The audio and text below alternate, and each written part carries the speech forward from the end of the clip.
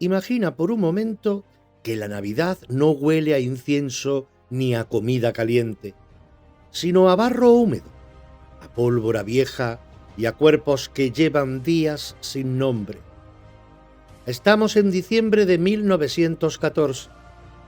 Apenas han pasado unos meses desde que estalló la Primera Guerra Mundial y ya nadie habla de una guerra corta ni gloriosa. El frente occidental es una herida abierta que no deja de supurar hombres jóvenes, muchos casi adolescentes, atrapados en zanjas excavadas a toda prisa que se han convertido en su mundo entero. Las trincheras no son refugios, son madrigueras. El agua llega a los tobillos, a veces a las rodillas. El frío cala hasta los huesos y las ratas campan con la misma libertad que el miedo. Hay cadáveres tan cerca que forman parte del paisaje, y el sonido constante de los disparos ha terminado por convertirse en un ruido de fondo, como una lluvia sin fin. Aquí la muerte no sorprende, se espera. Y sin embargo, llega la noche del 24 de diciembre. No porque el calendario lo diga, sino porque el cuerpo lo siente. Algo cambia en el aire. No hay ofensivas previstas, no hay órdenes nuevas, solo un silencio raro, incómodo, casi sospechoso. Los soldados, envueltos en mantas húmedas, piensan en sus casas, en una mesa que no existe y en una madre que quizá está mirando el mismo cielo desde otro punto de Europa. La guerra moderna, esa maquinaria perfecta diseñada para triturar almas, se detiene un segundo, como si necesitara respirar. Nadie lo ha ordenado, nadie lo espera, pero ese paréntesis es real. Y es ahí, justo ahí, donde empieza nuestra historia. No con un milagro celestial ni con un discurso heroico, sino con algo mucho más frágil y peligroso para la lógica de la guerra: la memoria de lo que significa ser humano. Porque esta no es aún la tregua, todavía no. Es solo el instante previo, ese segundo en el que la historia parece contener el aliento antes de que ocurra algo que no debería ocurrir jamás en medio de una guerra. Escuchas Los misterios de la historia, con este que os habla, Eloy López. Hoy hablamos de la noche de Navidad de 1914.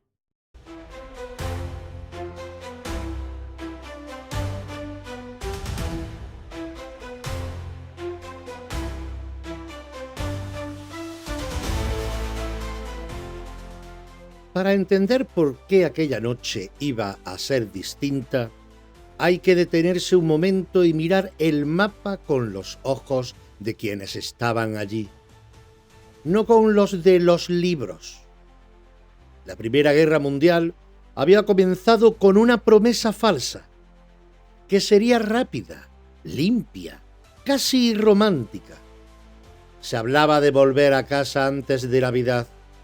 Esa frase, repetida como un conjuro, aún flotaba en la cabeza de muchos cuando ya se habían dado cuenta de que era mentira.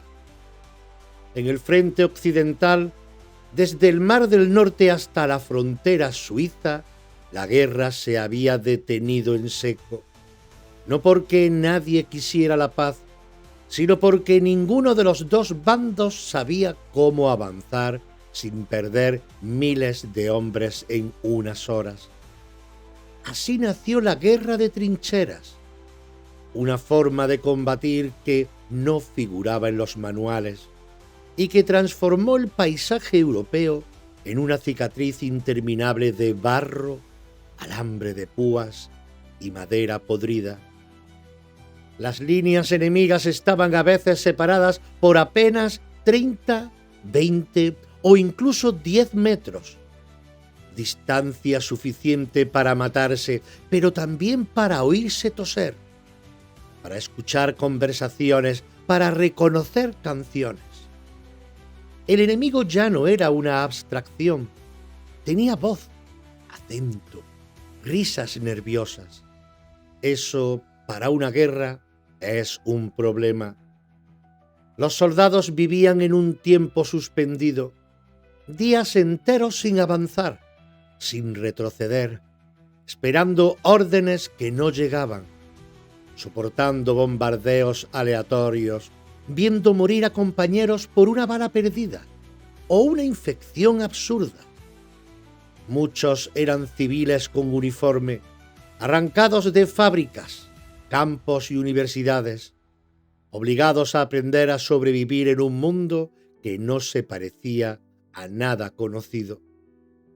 Y mientras abajo en las trincheras la vida se reducía a resistir un día más, arriba, en los despachos, los generales seguían trazando flechas sobre mapas, hablando de avances y repliegues como si las piezas fueran de madera.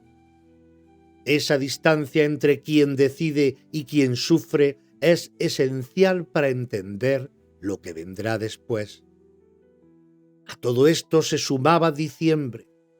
El frío no solo endurecía el barro, endurecía también la nostalgia. La Navidad no era un símbolo religioso para todos, pero sí un marcador emocional común. Hogar, pausa, calor, recuerdo. Incluso quienes no creían en nada sentían que ese día no era uno más. Así llegamos a la noche del 24 de diciembre de 1914. Por una guerra estancada, soldados exhaustos, enemigos demasiado cerca y una fecha cargada de significado humano.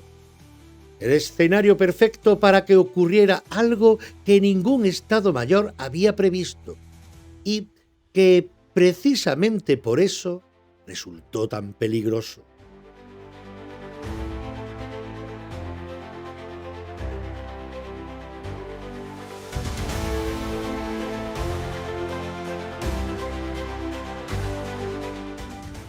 La noche cae pronto en diciembre y en el frente occidental la oscuridad no trae descanso, trae alerta. Normalmente cuando el sol se apaga, los fusiles se tensan, porque la noche es el momento favorito para los ataques sorpresa, para las patrullas que se arrastran en silencio hacia la muerte. Pero aquella noche no. Aquella noche algo no encaja. Primero es el silencio, un silencio raro, antinatural, casi ofensivo para quienes llevan semanas oyendo explosiones como si fueran latidos. Los soldados se miran sin decir nada, con esa desconfianza aprendida a base de supervivencia. Cuando todo calla, algo malo suele estar a punto de ocurrir. Y entonces, desde la trinchera alemana, surge una voz. No es un grito, no es una orden ni una amenaza, es una melodía. Al principio cuesta identificarla porque nadie espera música allí, pero pronto se reconoce un villancico, cantado en alemán, con una cadencia lenta, casi tímida, como si quien canta no estuviera seguro de tener derecho a hacerlo. Stille Nacht, noche de paz. Durante unos segundos nadie responde. Algunos piensan que es una trampa, otros que es una provocación. Pero la canción continúa y algo se afloja por dentro. Desde la trinchera británica, alguien se atreve a contestar. Primero una voz sola, luego varias, en inglés. La misma melodía, el mismo mensaje. La noche se llena de canciones cruzadas de idiomas distintos diciendo lo mismo sin ponerse de acuerdo. No hay disparos, no hay órdenes que interrumpan aquello, solo hombres cantando en la oscuridad, hombres que hasta hace unas horas se disparaban sin pensarlo. Después vienen las palabras sueltas, los gritos improvisados, Merry Christmas, Frohe Weihnachten, risas nerviosas, bromas torpes. Alguien levanta una linterna. Otro responde desde el otro lado. Y entonces ocurre el gesto más peligroso de todos en una guerra. Una silueta se asoma por encima del parapeto. No sale corriendo, no dispara, levanta las manos. Ese instante es puro vértigo histórico, porque en ese segundo se rompe algo invisible pero fundamental. La distancia emocional que permite matar. El enemigo ya no es una sombra ni un uniforme, es un hombre que canta, que tiembla de frío, que celebra la misma noche que tú. Aún no hay encuentro, aún no hay apretones de manos ni tierra de nadie compartida, pero la frontera psicológica ya ha caído, y cuando eso ocurre, la guerra empieza a tener un problema muy serio.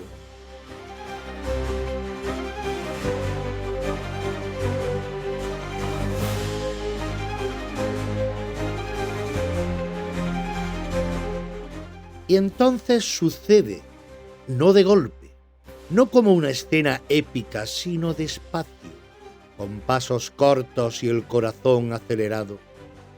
Primero uno, luego otro.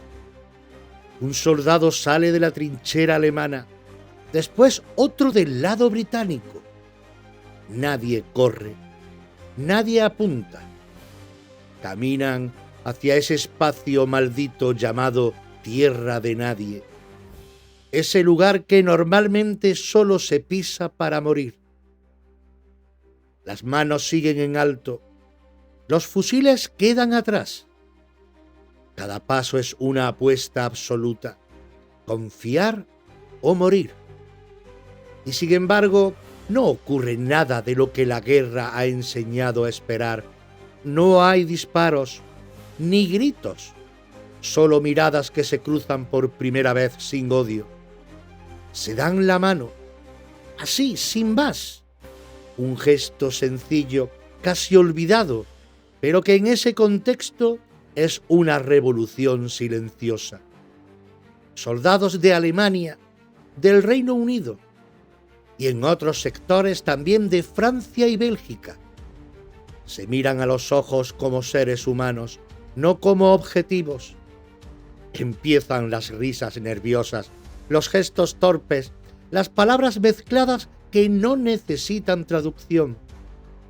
Se intercambian cigarrillos, chocolate, latas de conserva, botones del uniforme, gorras. Algunos sacan fotos de sus familias y las enseñan como si dijeran: mira, yo también soy alguien fuera de aquí. Pero hay algo aún más profundo que ocurre en ese espacio abierto. Aprovechan la tregua para hacer lo que la guerra no les permite: recoger a los muertos. Cuerpos que llevaban días entre alambradas, congelados, olvidados. Los entierran juntos, rezan juntos, cada cual a su manera, en silencio o en voz baja. Ese momento, más que ningún otro, rompe definitivamente la lógica del enemigo. La tierra de nadie deja de ser un matadero y se convierte durante unas horas en un lugar sagrado. No porque haya paz verdadera, sino porque hay reconocimiento mutuo. ¿Podría haber sido yo? Esa idea flota en el aire aunque nadie la pronuncie. No todos los sectores vivieron lo mismo, ni todos los encuentros fueron iguales. Hubo prudencia, miedo, mandos subalternos que miraron hacia otro lado. Pero allí donde ocurrió, dejó una marca imborrable en quienes lo vivieron. Porque una vez que estrechas la mano de alguien, una vez que entierras a los muertos junto a él, disparar al día siguiente ya no es lo mismo.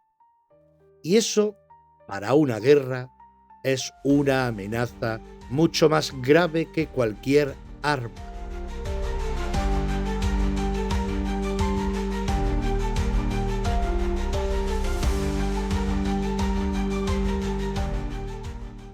Y llegamos al episodio más famoso, al que todo el mundo recuerda, aunque casi nadie cuenta bien: el fútbol.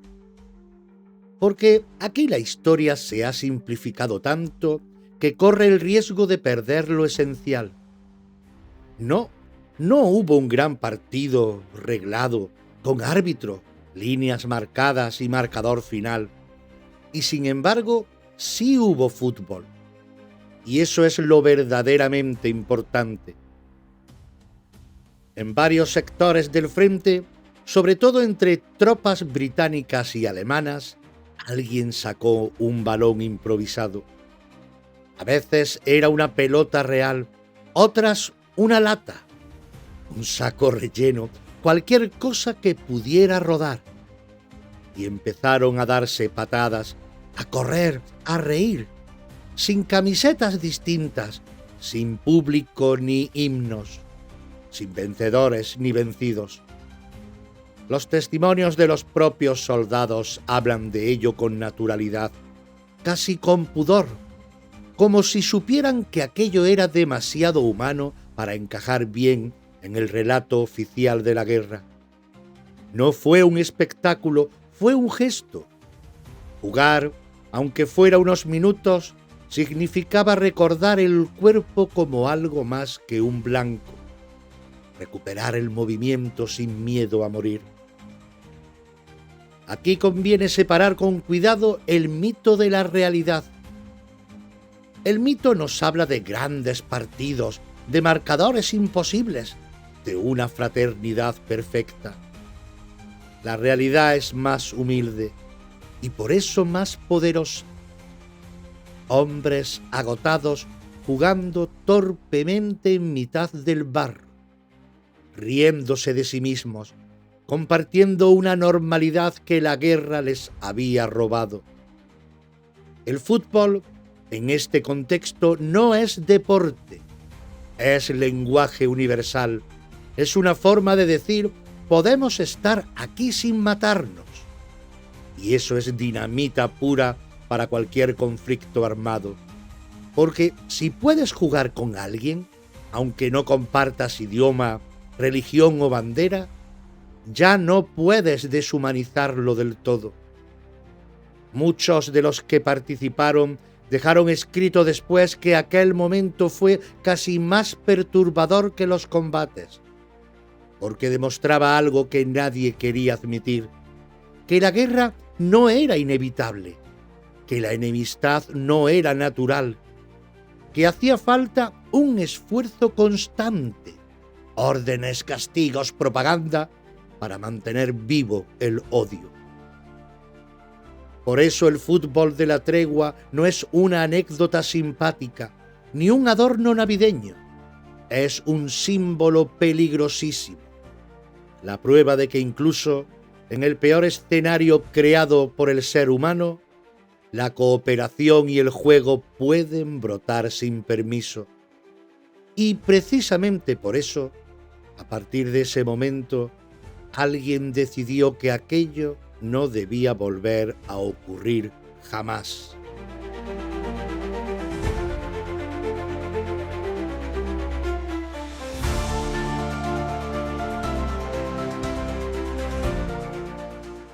Y aquí está el corazón incómodo de todo esto.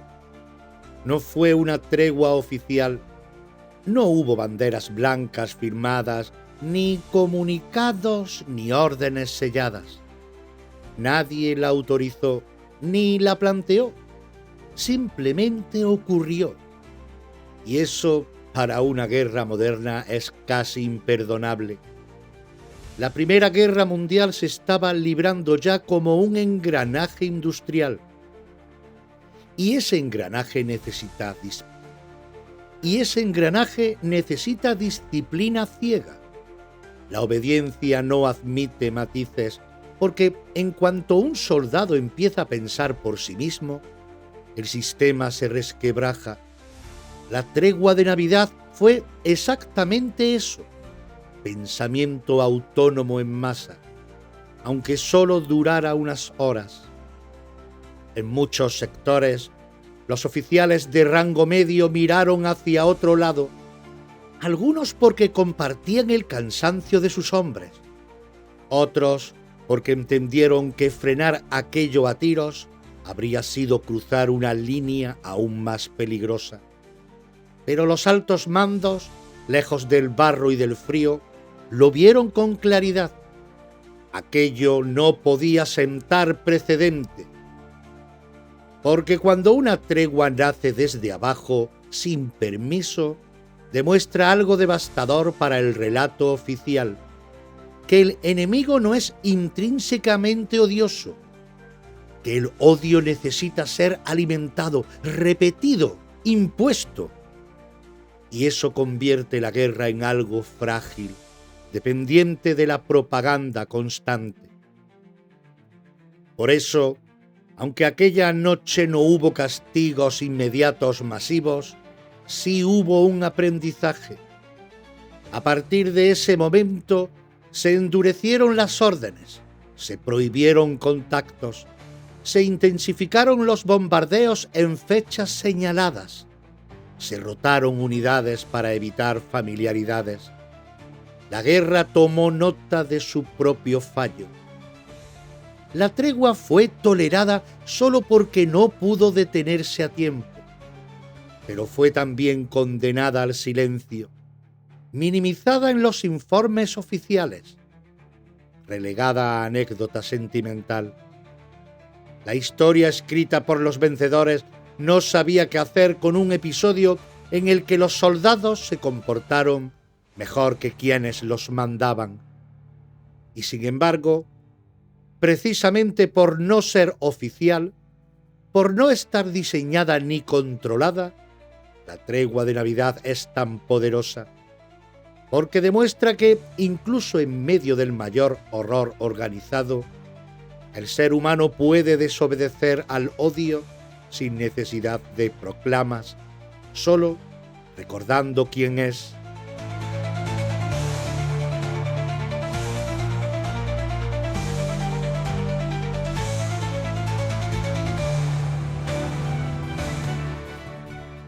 La reacción no fue inmediata, ni espectacular, ni tampoco pública.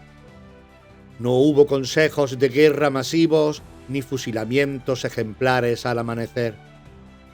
Y precisamente por eso fue mucho más eficaz. Los altos mandos entendieron que castigar abiertamente aquella tregua habría sido reconocer su gravedad.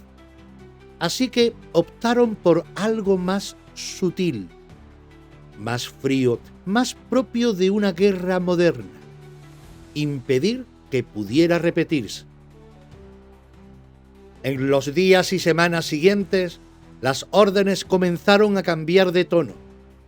Se prohibió explícitamente cualquier tipo de confraternización con el enemigo. Se recordó que cantar, saludar o intercambiar objetos podía considerarse traición. Pero, sobre todo, se modificó la forma de combatir.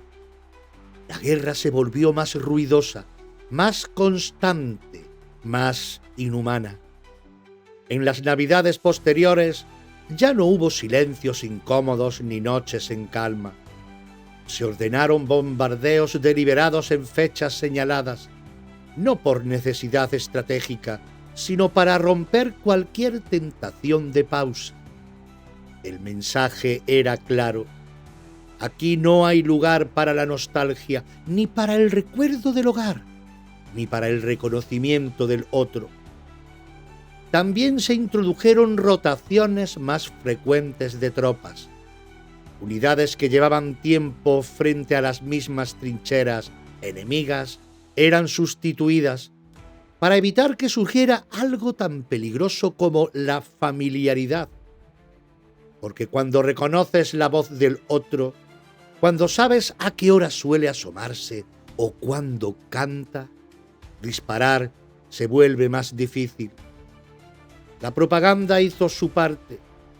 El enemigo dejó de ser un hombre con frío y miedo para convertirse en una caricatura. El bárbaro, el monstruo, la amenaza absoluta. Deshumanizar ya no era un efecto colateral de la guerra, era una estrategia consciente. Y funcionó. La tregua de Navidad de 1914 se convirtió, para los estados mayores, en una lección incómoda, no sobre la paz, sino sobre el control. Había demostrado que el odio no surge solo, que necesita ser cultivado día a día, y que basta una grieta, una canción, una noche especial, un recuerdo compartido, para que todo el edificio ideológico tiemble. Por eso, aunque la guerra continuó 4 años más y se cobró millones de vidas, algo se cerró aquella Navidad. No una herida, sino una puerta. La puerta a la posibilidad de que los soldados decidieran por sí mismos cuándo dejar de matar. Y esa decisión tomada desde arriba nos dice tanto sobre la naturaleza de la guerra como la propia tregua. Porque al final, lo que más temen quienes dirigen los conflictos no es al enemigo, sino a la humanidad de los suyos.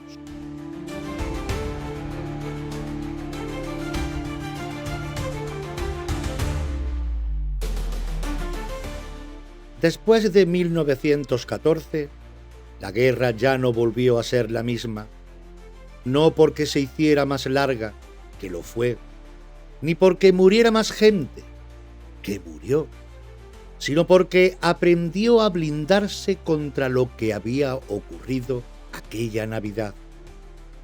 La maquinaria entendió el peligro y se adaptó. Y cuando una guerra aprende, se vuelve más cruel. A partir de 1915, el conflicto dejó de ser una espesa tensa entre zanjas para transformarse en una fábrica de muerte continua.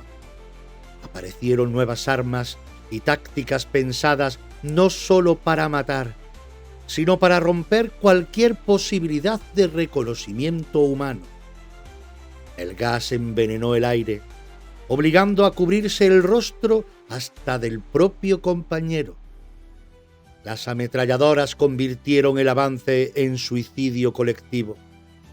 La artillería empezó a bombardear durante días enteros, sin pausa, sin silencio posible. La distancia emocional se reconstruyó a base de ruido. Cuando el estruendo no cesa, no hay espacio para canciones. Cuando el enemigo muere a cientos de metros, diluido entre explosiones, deja de tener cara, y sin cara es más fácil seguir. Las grandes batallas que vendrían, el Somme, Verdún, no estaban pensadas para ganarse rápidamente, sino para desgastar, para triturar cuerpos y voluntades. Millones de hombres pasaron por el frente sin conocer jamás al enemigo como ser humano.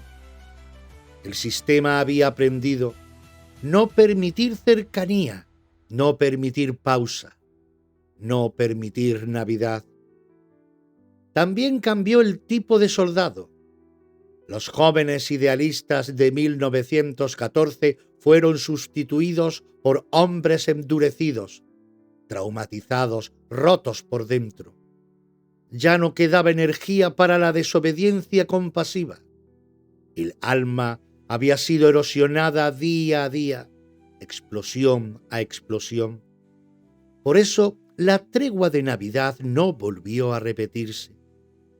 No porque los hombres se volvieran peores, sino porque la guerra se volvió más eficiente, más consciente de sus fallos, más preparada para impedir que la humanidad se colara entre los engranajes. Y sin embargo, el hecho de que solo ocurriera una vez no la hace menos importante. Al contrario, la convierte en una grieta histórica irreparable, en la prueba de que incluso el sistema más violento jamás creado por el ser humano tuvo durante unas horas una fisura por la que se coló algo incontrolable. Porque si hizo falta rediseñar la guerra para evitar otra tregua, es porque aquella primera demostró algo demasiado peligroso: que la paz no es imposible, solo es incompatible con ciertos intereses.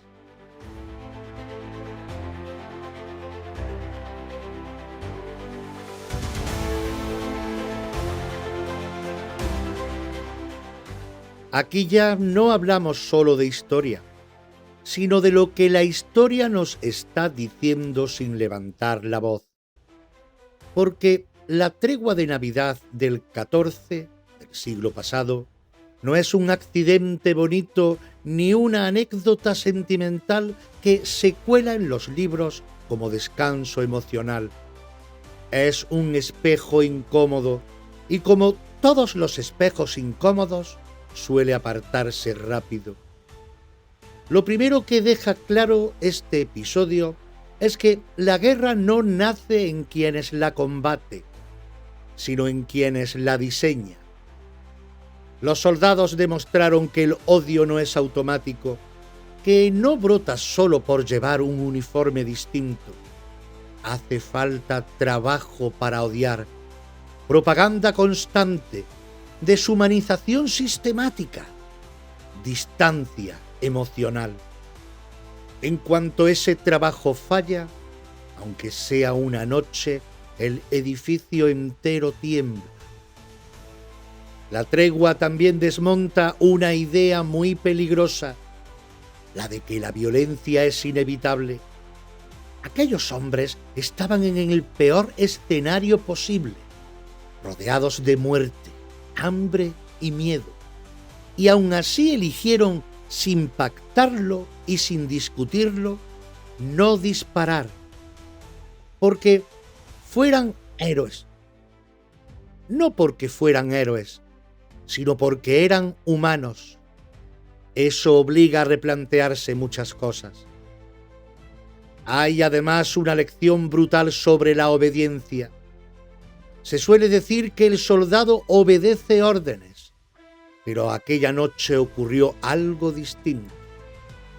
Obedecieron a algo más profundo que la cadena de mando, a una memoria compartida, a un impulso antiguo que dice: esto no está bien. Y lo hicieron colectivamente, sin líderes visibles, sin discursos. Esa es quizá la forma más peligrosa de desobediencia que existe. La tregua revela también el verdadero miedo del poder en tiempos de guerra. No al enemigo, sino a la fraternidad. Porque cuando dos bandos se reconocen como iguales, la guerra pierde su justificación moral. Ya no hay monstruos, solo hombres enviados a matarse por decisiones ajenas. Y eso es explosivo. Por eso, este episodio incomoda tanto, porque demuestra que la paz no siempre necesita tratados, a veces solo necesita silencio. Que la violencia no siempre estalla, a veces se mantiene artificialmente, y que la historia que nos cuentan suele omitir estos momentos no porque sean falsos, sino porque son demasiado verdaderos. La tregua de Navidad no nos habla de un mundo mejor que fue posible y se perdió. nos habla de algo más inquietante, de un mundo mejor que sigue siendo posible, pero que requiere que alguien, en algún punto, se atreva a no disparar primero. Y esa pregunta, lanzada desde 1914, sigue flotando hoy, intacta, esperando respuesta.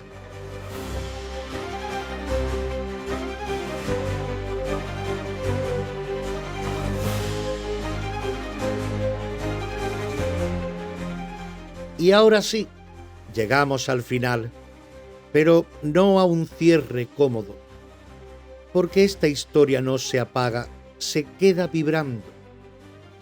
La tregua de Navidad de 1914 no resolvió nada. La guerra continuó, los disparos volvieron, y muchos de aquellos hombres que se dieron la mano terminaron matándose días después o murieron bajo la artillería. No hay final feliz en el sentido clásico, y, sin embargo, hay algo que permanece intacto, algo que ni 4 años de guerra pudieron borrar. Durante unas horas, en medio del mayor desastre organizado de su tiempo, los seres humanos demostraron que podían parar, no porque alguien les concediera permiso, no porque hubiera una negociación secreta, sino porque recordaron quiénes eran antes del uniforme.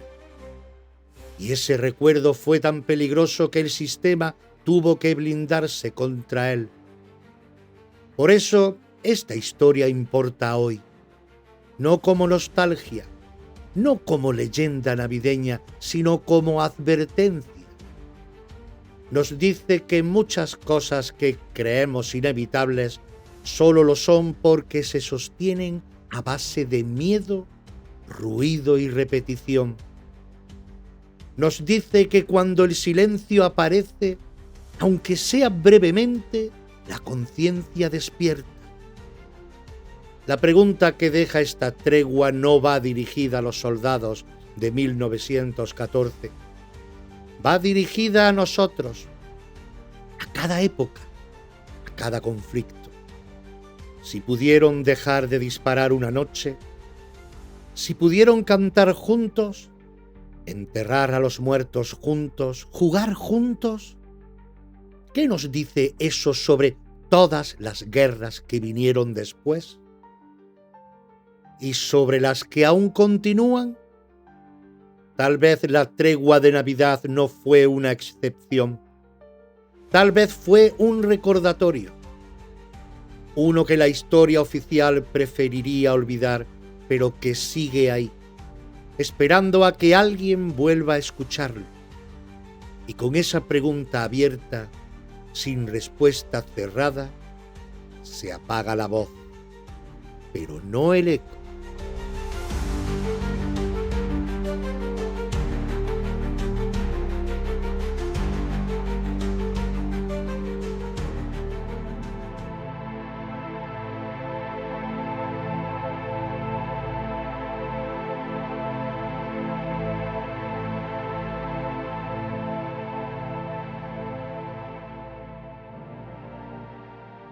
La carta estaba doblada con cuidado, protegida del barro dentro del bolsillo interior del uniforme.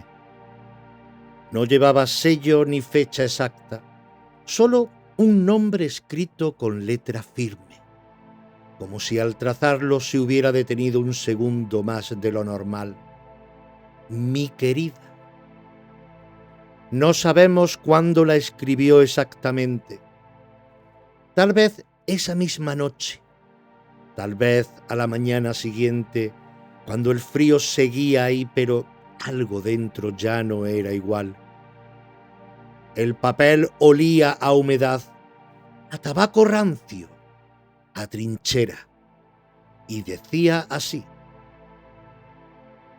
Mi querida, no sé si esta carta llegará a tus manos, pero necesito escribirla como si fueras seguro que la leerás.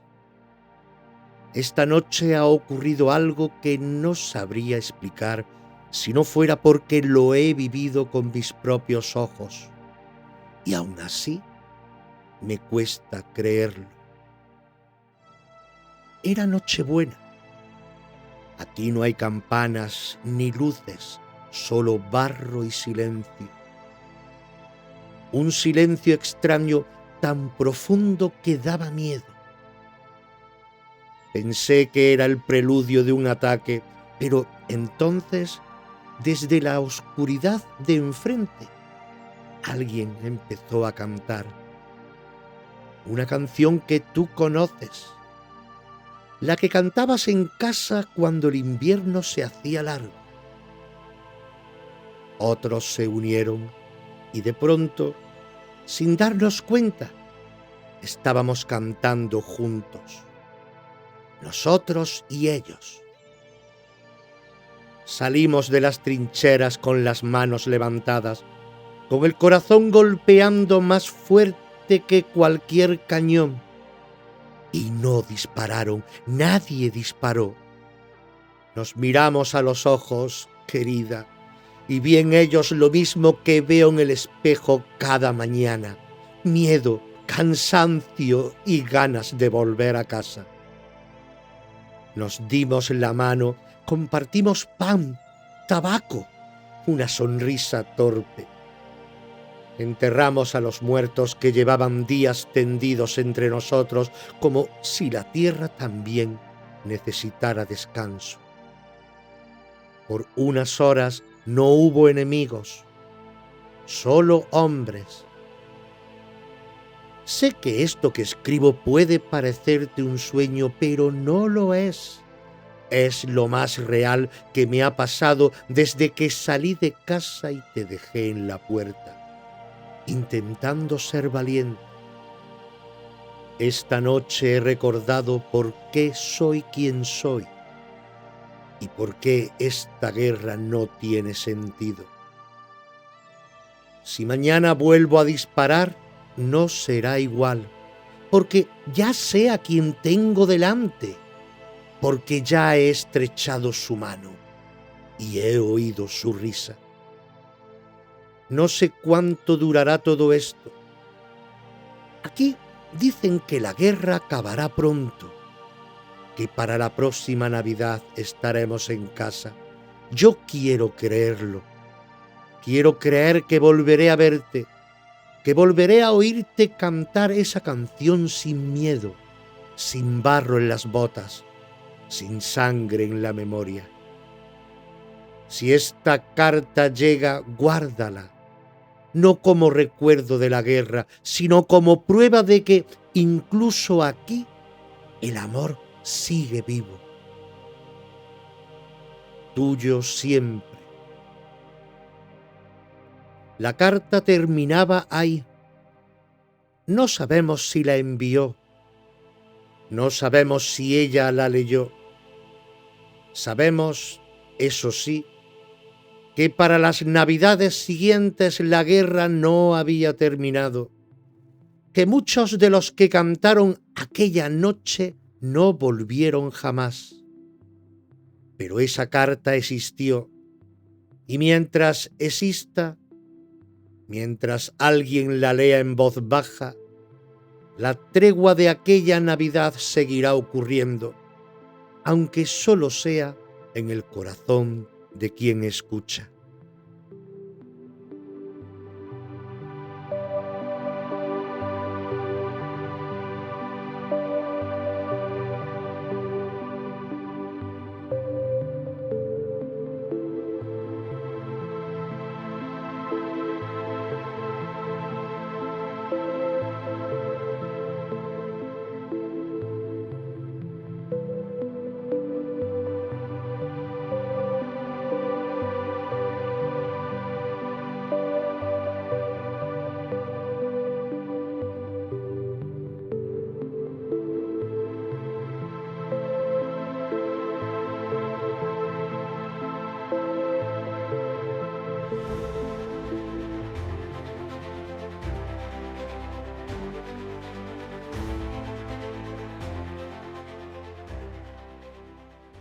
Y ahora, después de esta carta, después de esta Navidad en la que, en mitad del horror, los seres humanos demostraron que podían detener la guerra, aunque fuera solo unas horas, conviene respirar.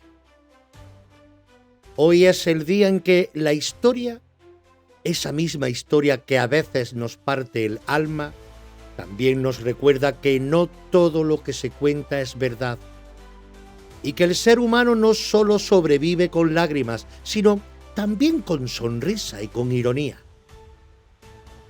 Y si esta noche hemos visto cómo una carta podía detener balas, ahora vamos a ver cómo una historia pudo engañar al mundo entero durante siglos. No para reírnos de nadie, sino para recordar algo muy importante, que tan peligroso es disparar sin pensar como creer sin cuestionar. Porque hoy, en los misterios de la historia, pasamos de una verdad tan humana que duele a una mentira tan bien construida que todavía hoy hay quien la defiende.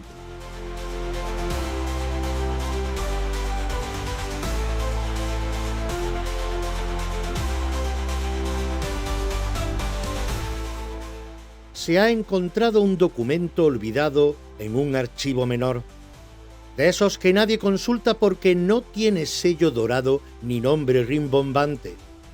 Un texto atribuido nada menos que a Cristóbal Colón, en el que afirma, sin rodeos, que sabía perfectamente que al otro lado del océano había tierras habitadas.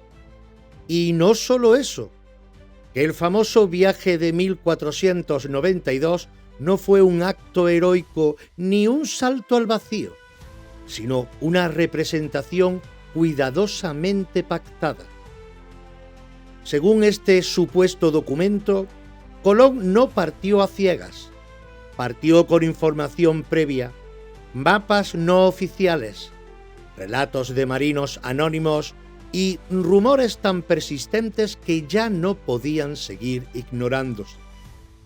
La idea de llegar a las Indias era solo la coartada perfecta para vender la empresa a los reyes católicos, porque decir vamos a descubrir algo nuevo no daba dinero, pero decir vamos a llegar antes que nadie a Asia sí abría cofres.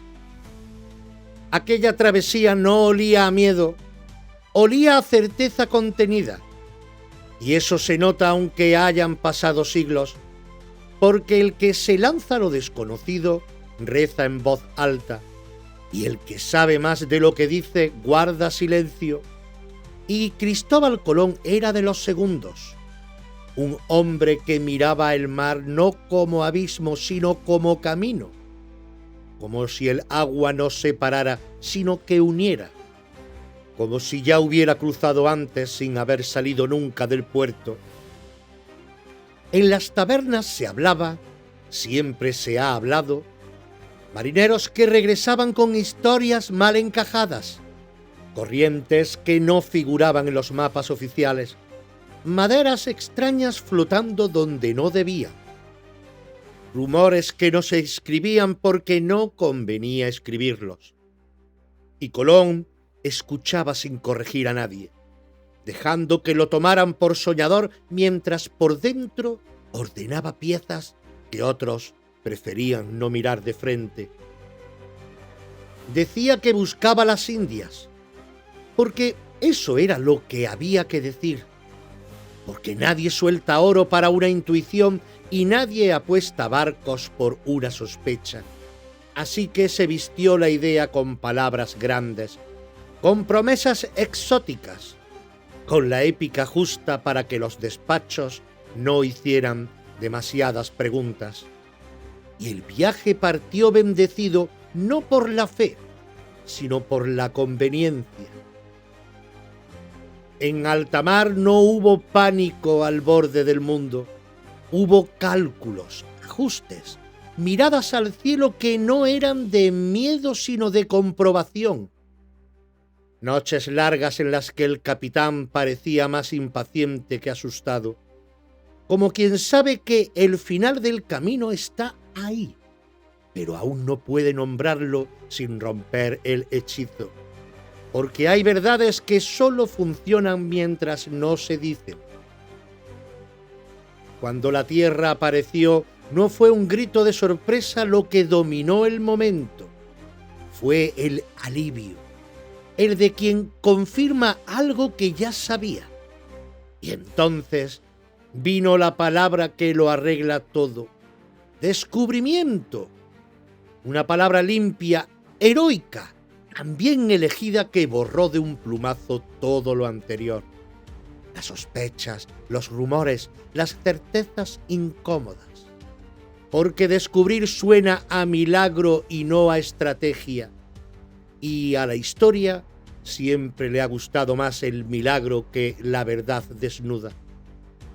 Así quedó escrito que un hombre llegó donde nadie había llegado, cuando lo que hizo fue llegar antes, que no es lo mismo, pero se parece lo suficiente como para levantar estatuas y cerrar debates. Porque aceptar lo otro obligaría a admitir que la historia no se construye con hechos puros, sino con relatos bien contados, repetidos con voz firme hasta que dejan de parecer cuentos.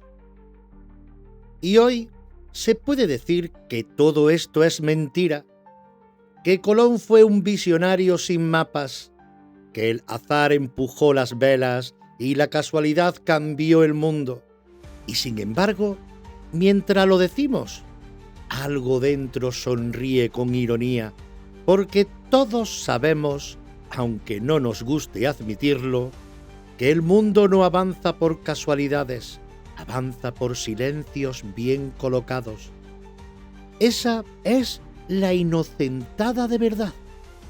No Colón, no el viaje, no la fecha, sino creer que la historia se cuenta para decirnos lo que pasó, cuando casi siempre se cuenta para decirnos cómo debemos recordarlo.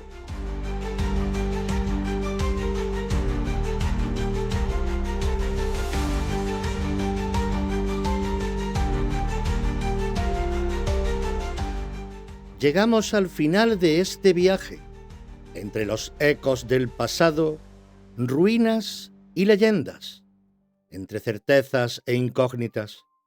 Pero a veces, entre las grietas de la historia se asoma algo más, algo que no se mide con fechas, ni se archiva en documentos, algo que no solo sucedió, sino que nos está sucediendo por dentro. Si alguna vez te has preguntado qué hay detrás de los hechos, si has sentido que hay un alma que también camina la historia contigo, te espero en Reflejos del Alma, aquí, en esta misma sintonía y en esta misma plataforma, porque a veces el mayor misterio no está en lo que pasó, sino que está en lo que somos.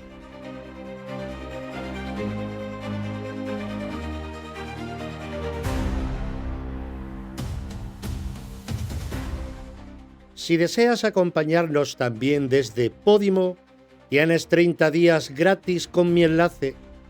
Cada escucha en Podimo ayuda a mantener vivos los proyectos de ACRA. Lo encontrarás al final de la descripción.